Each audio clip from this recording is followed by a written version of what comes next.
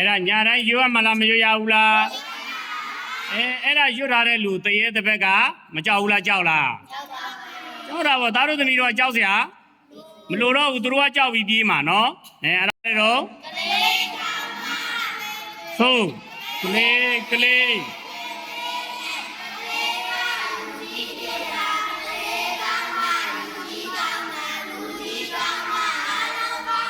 ဟုတ်ပြီကောင်းလိုက်တာတစ်ခေါက်ဆိုလိုက်ပါဦး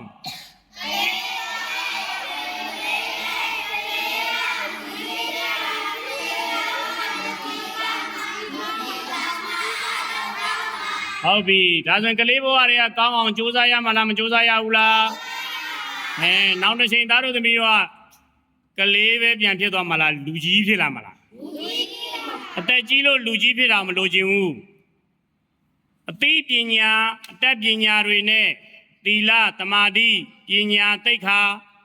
ဘက်စုံတော်ပြီးတော့ကြီးပွားတိုးတက်လာတဲ့လူကြီးဖြစ်စေချင်တာအားလုံးကြားလားကြားလားနောက်က